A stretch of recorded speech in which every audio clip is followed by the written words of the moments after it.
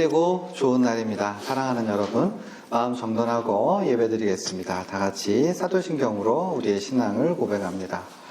전능하사 천지를 만드신 하나님 아버지를 내가 믿사오며 내 아들 우리 주 예수 그리스도를 믿사오니 이는 성령으로 잉태하사 동정녀 마리아에게 나시고 본디오 빌라도에게 고난을 받으사 십자가에 못 박혀 죽으시고 장사한 지 사흘 만에 죽은 자 가운데서 다시 살아나시며 하늘에 오르사 전능하신 하나님 우편에 앉아 계시다가 저희로서 산자와 죽은 심판하러 오시리라. 성도를 믿사오며 거룩한 공예와 성도가 서로 교통하는 것과 죄를 사하여 주시는 것과 몸이 다시 사는 것과 영원히 사는 것을 믿사옵나이다. 아멘. 살아계신 아버지 하나님, 마음의 무릎을 꿇어 주님 앞에 나와봤습니다.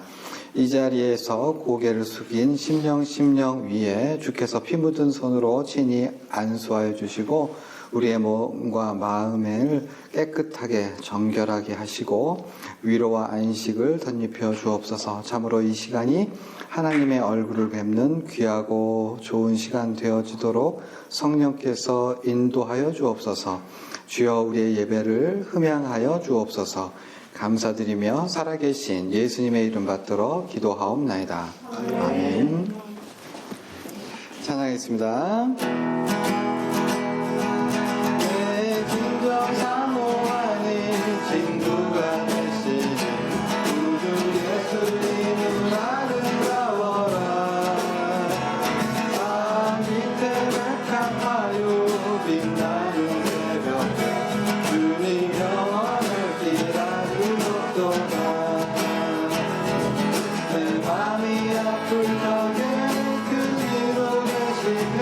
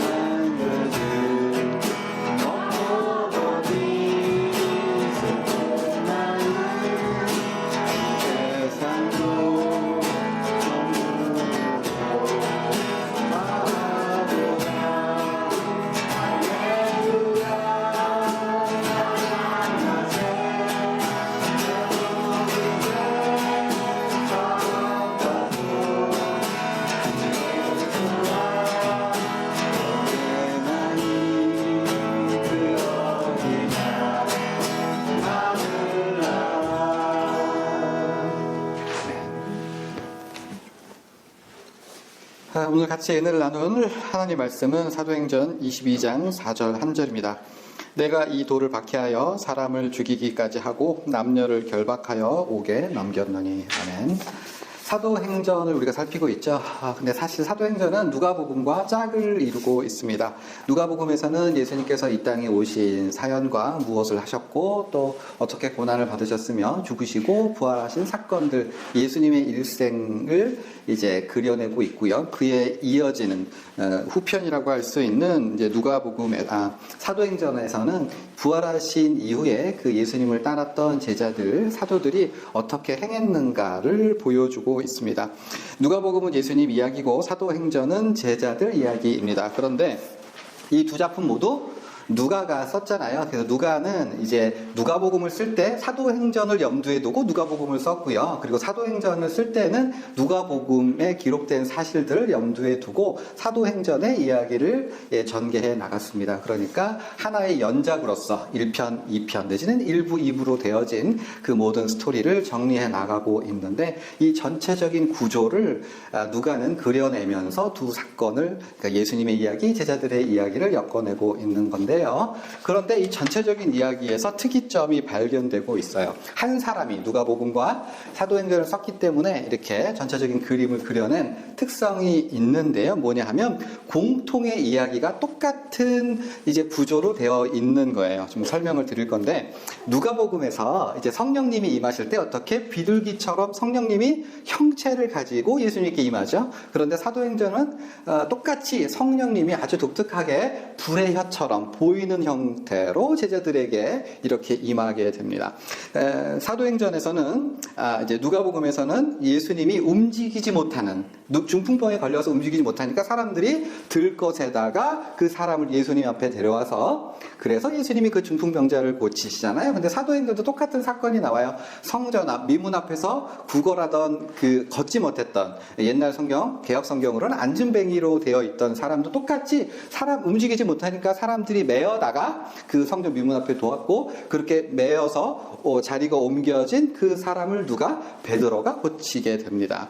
또한 이제 누가복음에서는요, 백부장은 자기의 종을 고치기 위해서 예수님을 초대하고요. 사도행전에서는 백부장이 자기 종을 시켜서 베드로를 초대하는 걸 볼 수 있어요. 그리고 누가복음에서 예수님은 울고 있는 나인성 과부, 누가 울고 있어요? 과부가 울고 있어서 그 아들 독자를 살려주십니다. 죽어있는 아들을. 그리고 사도행전에서도 역시 마찬가지로 이제 과부들이 도르가라고 하는 여인을 위해서 막 울고 있을 때 과부를 위해서 그 도르가를 누가? 베드로가 살려줍니다. 이제 너무 많으니까 이제 그 뒤에 누가복음에서 예수님은 이제 예루살렘에 굳이 올라가서 체포되고 매를 맞고 4번에 걸쳐서 재판을 받고 3번에 걸쳐서 무죄 선언을 받는데 똑같은 방식으로 이제 사도행전에서 바울이 굳이 예루살렘에 올라가서 매를 맞고 4번의 재판을 받고 몇 번? 3번에 걸쳐서 무죄를 선언받습니다. 그러니까 이 같은 이야기를 이렇게 구성한 거는 이유가 있는 거죠. 여러분 보십시오. 너무너무 신기하지 않습니까? 라고 하기 위해서 이렇게 기록한 것이 아니라 예수님께서 이 땅에 행하셨던 그 모든 일들이 예수님이 부활하시고 승천하신 이후에 누구를 통해서? 제자들의 삶에서 똑같이 재현되고 있는 거예요. 때로는 빌립, 때로는 스데반, 때로는 베드로, 때로는 요한, 때로는 바울을 통해서 각자가 예수님의 역할을 감당하고 있다. 작은 예수로 살아가고 있는 것이 아니냐. 예수님의 손이 되고 발이 되고 눈이 되고 귀가 되어서 각자가 주어진 분량. 그러니까 지금 예수님을 따르는 제자된 우리들도 동일하게 작은 예수로서 예수님의 도구로서 예수님의 행하신 것을 이 땅 가운데 지금도 살아내어야 함을 우리에게 가르쳐주고 있는 거예요. 우리는 아무것도 아니고 보잘것없는 사람들이 아니라 우리는 누구로? 작은 예수로 성령님의 인도하심과 역사해 주심을 날마다 경험해 나아가는 성령님이 열어가시는 역사의 현장을 담당하는 사람으로 살아간다는 교훈을 주고 있는 거죠. 자, 그렇게 해서 특별히 1장부터 12장은 주로 베드로 이야기가 나오고 13장부터 마지막 28장까지는 주로 누가 나올까요? 바울이 나와요. 근데 바울이 나오는데 그런데 이렇게 이제 사도행전 후반부에서 집중적으로 다루고 있는 바울, 많은 사람들이 굉장히 존경해하고 멋지다라고 찬사를 돌리지만 저는 아주 오랫동안 바울에 대해서는 사실 좀 거리감이 느껴졌습니다. 나 같은 사람은 결코 범접할 수 없는 뭔가 좀 전혀 다른 종의 사람인 것 같은 느낌이 들었단 말이죠. 특별히 1차, 2차, 3차 선교 여행을 마치고 이제 마지막으로 예루살렘으로 올라가려고 할 때 예수님도 굳이 결심하시고 굳이 예루살렘에 올라가서 고난을 받으려고 가시거든요. 근데 사도 바울도 똑같은 방식으로 사람들이 다 말려요. 야, 지금 당신이 예루살렘으로 올라가면 큰 고초를 받습니다. 문제가 있습니다. 아주 체포될 겁니다. 심각한 고난을 받게 될 겁니다. 제발 가지 마십시오. 막 때로는 사람들이 울고 때로는 애원하고 때로는 부탁하고 때로는 권면하고 그 빌립 집사의 네 딸들은 그 사람의 띠를 가져다가 이 띠의 주인이 예루살렘에서 결박될 겁니다.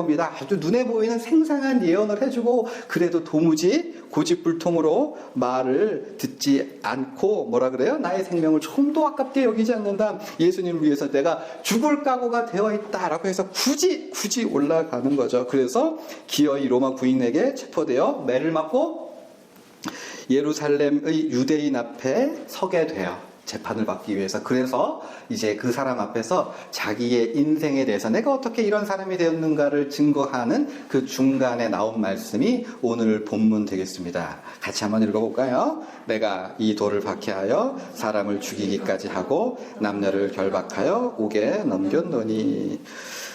바울은요, 예수님을 알지 못할 때에 예루살렘 교회를 쑥대밭으로 만들었어요. 교회로서 기능을 제대로 할 수 없도록 모든 성도들이 뿔뿔이 흩어지도록 엄청난 박해를 했습니다. 문을 부수고 들어가서 집에서 편안히 있는 사람들 남녀를 가리지 않고 옥에 가두었고 형벌을 내리고 그리고 강제로 신앙을 부인하는 말을 하도록 했고 심지어 그 과정에서 사람이 죽기까지 이렇게 해서 사람을 죽이기까지 하고 라고 자기의 죄를 고백하고 있는 것이 아닙니까?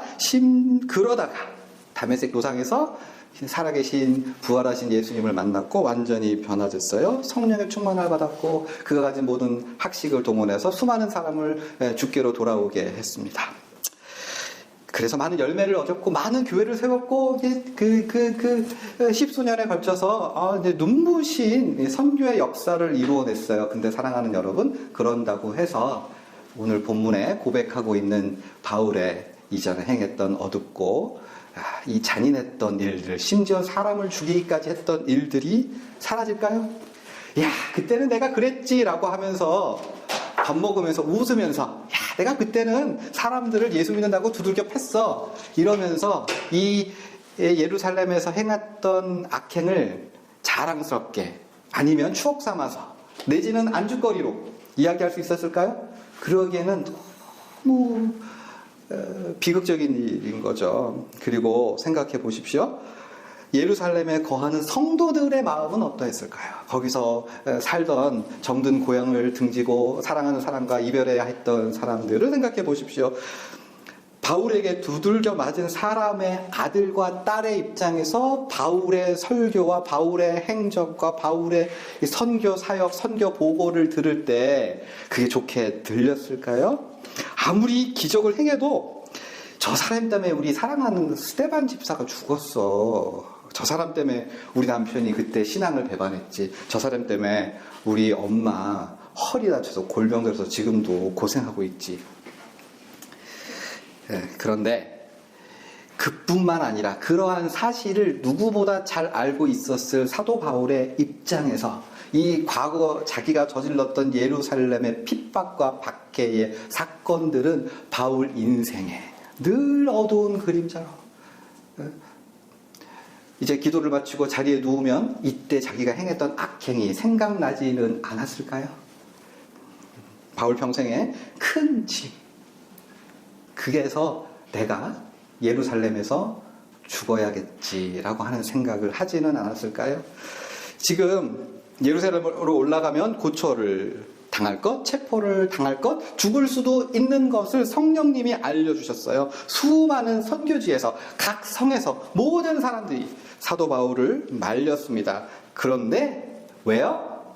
자신의 과거가 필연적으로 모든 사람들의 의견을 무시하고 나는 예루살렘으로 가서 체포를 당하고 자신이 예루살렘에서 쇠사슬에 묶이고 자신이 죽였던 스데반처럼 자기도 그 유대인, 자기에게 적대감을 가지고 있는 유대인 앞에서 내가 복음을 증언해야 하리라. 나도 채찍에 맞아야 되고 나도 벌을 받아야 하고 나도 감옥에 갇혀야 하고 그렇게 해서만 사도 바울이 이제 회개한 이후에 있었던 감옥에서 나오는 길이었고 그리고 수많은 예루살렘에 있었던 바울에게 피해를 입었던 많은 성도들의 마음의 응어리를 그것에 해결해 주는 일은 아니었을까요? 그런 면에서 바울은요 예루살렘으로 가는 것이 우연이나 선택권이 있었던 게 아니라 그의 인생에 미루어 볼 때 필연이었던 거예요. 누구라도 그렇게 하지 않았겠습니까? 이 괴로운 짐을 벗어나기 위해서, 이 죄책감을 덜기 위해서 내가 무엇을 할 수 있을까? 사랑하는 여러분, 그리고 그렇게 사도 바울이 필연적으로 내가 예루살렘으로 가는 체포와 고난의 길을 가는 선택은 필연이었고 그 필연이 결국 누가복음과 사도행전의 모든 구속사의 마지막에 정점을 이루는 그러한 길이 되었던 거죠.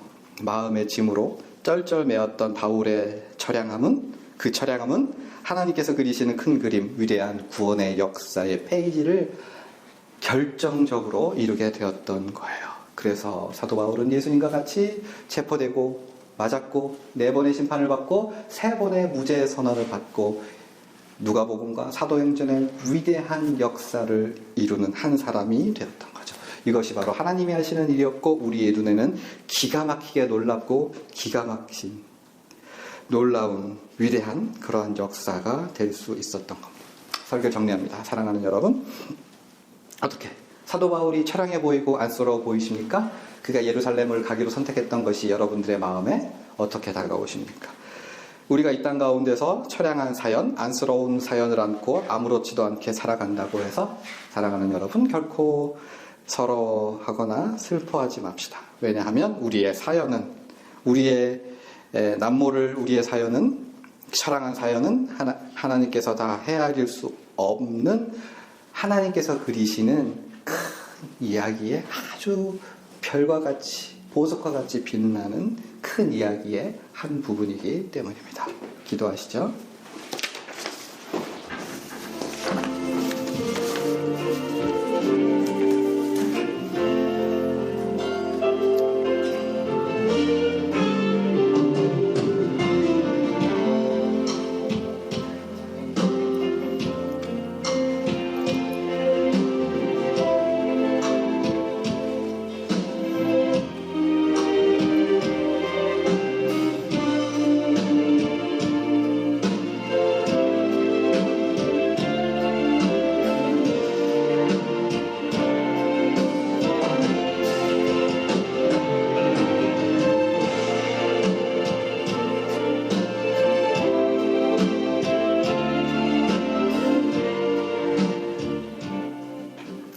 살아계신 아버지 하나님, 우리가 살아갈 때에 서럽고 초라하고 힘든 일이 있다고 할지라도 우리가 주께서 우리의 삶을 큰 그림으로 그려내고 있다는 사실을 잊지 아니하고 주님 안에서 위로와 안식을 얻으며 살아갈 수 있도록 주님 주장하여 주옵소서. 늘 주님의 사랑이 우리에게 있음을 잊지 아니하고 든든히 붙잡고 살아갈 수 있게 하여 주옵소서. 우리 성도들 간에 서로를 사랑하는 마음으로 더 열심으로 뜨겁게 사랑하고 위해서 더욱 많이 기도해 주는, 그래서 예수님의 법을 우리의 삶 가운데 이루어가는 우리 거룩한 교회 공동체가 되도록 주님 주장하여 주옵소서. 감사드리며 살아계신 예수님의 이름 받들어 기도하옵나이다. 아멘. 하늘에 계신 우리 아버지여, 이름이 거룩히 여김을 받으시오며 나라가 임하시오며 뜻이 하늘에서 이루어진 것 같이 땅에서도 이루어지이다. 오늘 우리에게 일용할 양식을 주시옵고 우리가 우리에게 죄 지은 자를 사하여 준 것 같이 우리의 죄를 사하여 주시옵고 우리를 시험에 들게 하지 마시옵고 다만 악에서 구하시옵소서. 나라와 권세와 영광이 아버지께 영원히 있사옵나이다. 아멘.